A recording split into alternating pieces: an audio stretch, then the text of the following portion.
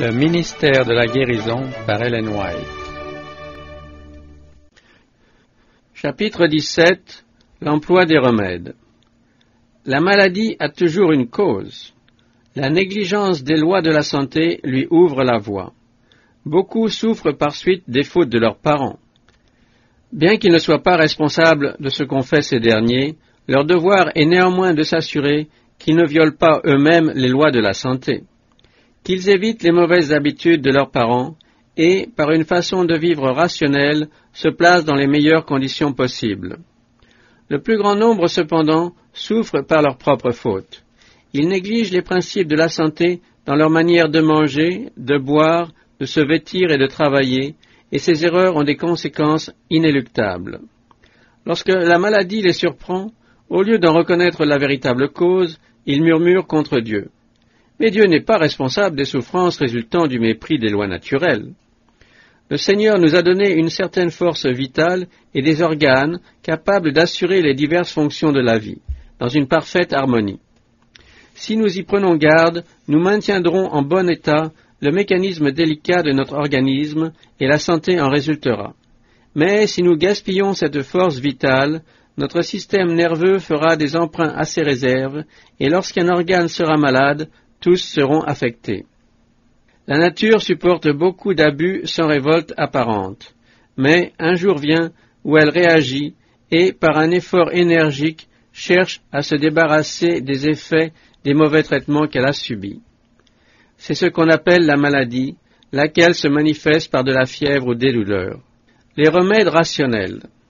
Lorsqu'on abuse de la santé au point de provoquer la maladie, celui qui est atteint peut souvent faire pour lui-même ce que nul autre ne peut accomplir à sa place. Il faut d'abord s'assurer de la nature exacte de la maladie et agir intelligemment pour en faire disparaître la cause. Si le fonctionnement harmonieux du corps a été compromis par le surmenage, les excès de table ou d'autres irrégularités, n'essayez pas de tourner la difficulté en prenant des médicaments toxiques.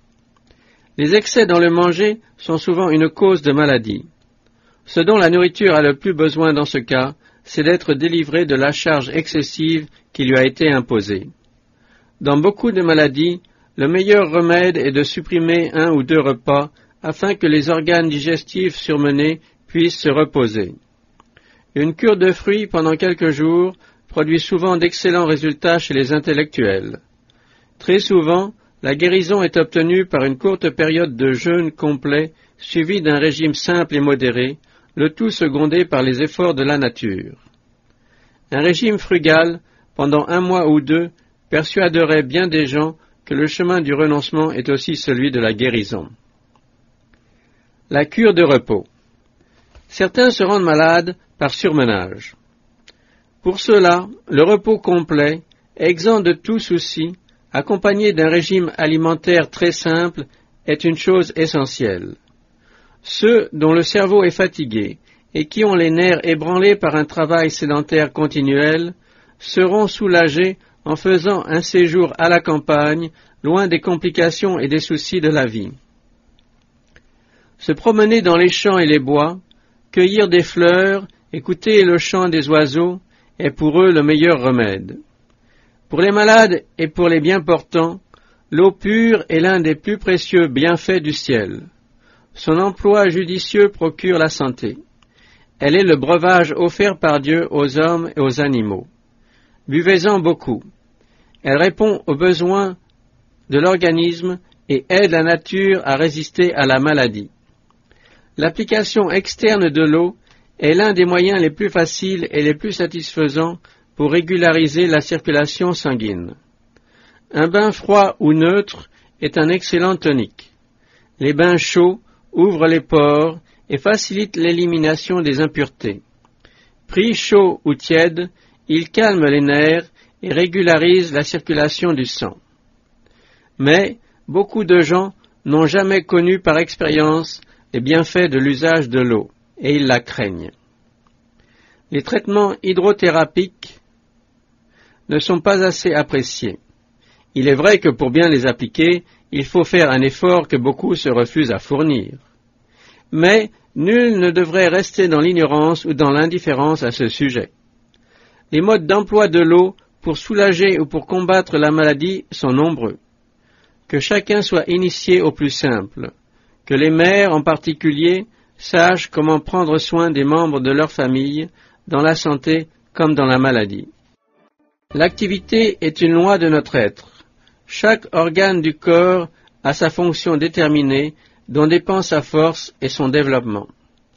L'action normale de tous les organes donne de la vigueur, alors que l'inaction mène à la débilité et à la mort. Essayez d'immobiliser un bras quelques semaines, puis rendez-lui la liberté, et vous verrez qu'il est plus faible que celui dont vous vous êtes servi modérément pendant le même temps. L'inaction produit un effet semblable sur tout le système musculaire, c'est pourquoi elle est une cause fréquente de maladies. L'exercice stimule et régularise la circulation du sang, tandis que l'inaction ralentit et entrave les transformations qui doivent s'y produire et qui sont nécessaires à la vie et à la santé. La peau devient paresseuse, les impuretés ne sont pas éliminées aussi complètement que lorsque la circulation est activée par un exercice vigoureux, l'épiderme maintenu sain et les poumons remplis d'air. Cet état de choses double le travail des organes excréteurs et la maladie en résulte. Il ne faut pas conseiller aux invalides de rester inactifs. Le repos absolu peut éloigner une maladie sérieuse dans certains cas de surmenage intense, mais dans les cas d'invalidité chronique, il est rarement nécessaire de suspendre toute activité. Les surmenés intellectuels devraient chasser de leur esprit toute pensée fatigante, mais sans en arriver à s'interdire toute activité mentale. Beaucoup ont tendance à considérer leur condition comme plus mauvaise qu'elle ne l'est en réalité. Cet état d'esprit est défavorable à la guérison et ne doit pas être encouragé. Les pasteurs, les professeurs et les étudiants ou autres intellectuels sont souvent malades en raison d'un surmenage cérébral non tempéré par l'exercice physique. Ils auraient besoin d'une vie plus active. Des habitudes strictement tempérantes, jointes à des exercices appropriés, assureraient à tous les travailleurs intellectuels la vigueur mentale et physique et leur donneraient une grande puissance d'endurance. Ceux que les travaux physiques ont épuisés ne devraient pas être encouragés à abandonner toute activité manuelle. Mais, pour être bienfaisante, il faut que leur besogne soit systématique et agréable. L'exercice en plein air est le meilleur. Il doit être fait de manière à fortifier les organes affaiblis. Il importe de s'y adonner avec plaisir. Que le travail manuel ne dégénère jamais en une corvée désagréable. Lorsque les malades n'ont rien pour occuper leur temps et leur attention, ils concentrent leurs pensées sur eux-mêmes et deviennent pessimistes et irritables. Ils se complaisent à broyer du noir, croient que leur état est pire qu'il n'est en réalité et qu'ils sont incapables de faire quoi que ce soit. Dans tous les cas, un exercice physique bien dirigé serait un remède efficace. Il est même parfois indispensable à la guérison. La volonté et le travail manuel vont de pair, et ce dont ces invalides ont surtout besoin, c'est de force de volonté. Lorsque celle-ci est affaiblie, l'imagination s'exalte et la résistance à la maladie est impossible. L'oisiveté est le plus grand de tous les maux qui puissent affliger la plupart des invalides. Un emploi facile et utile, qui ne fatigue ni l'esprit ni le corps, a une heureuse influence sur l'un et l'autre. Il fortifie les muscles, améliore la circulation du sang et donne aux malades la satisfaction de savoir qu'il n'est pas tout à fait inutile dans ce monde affairé. Au début, il ne pourra peut-être pas faire grand-chose, mais il verra augmenter rapidement ses forces et on pourra lui confier un travail plus pénible. L'exercice est favorable aux dyspeptiques, car il communique une saine émulation aux organes digestifs. Tout travail cérébral intense et tout exercice physique violent après les repas entrave la digestion. Mais une courte promenade, la tête droite et les épaules rejetées en arrière, est très profitable. Malgré tout ce qui a été dit ou écrit concernant l'importance de l'exercice physique, beaucoup le négligent encore. L'embonpoint chez plusieurs provient de l'encrassement de leur organisme par des déchets non éliminés. D'autres s'affaiblissent et maigrissent parce que leurs forces vitales sont épuisées par les efforts nécessaires à l'assimilation d'un excès de nourriture. Le foie est surmené dans ce rôle de purificateur du sang et la maladie s'ensuit. Les sédentaires devraient faire chaque jour, hiver comme été, de l'exercice en plein air lorsque le temps le permet. La marche est préférable à la bicyclette ou à la voiture parce qu'elle met en mouvement un plus grand nombre de muscles. Elle oblige les poumons à respirer profondément car on ne peut marcher rapidement sans les remplir d'air. Un tel exercice sera souvent meilleur qu'un remède.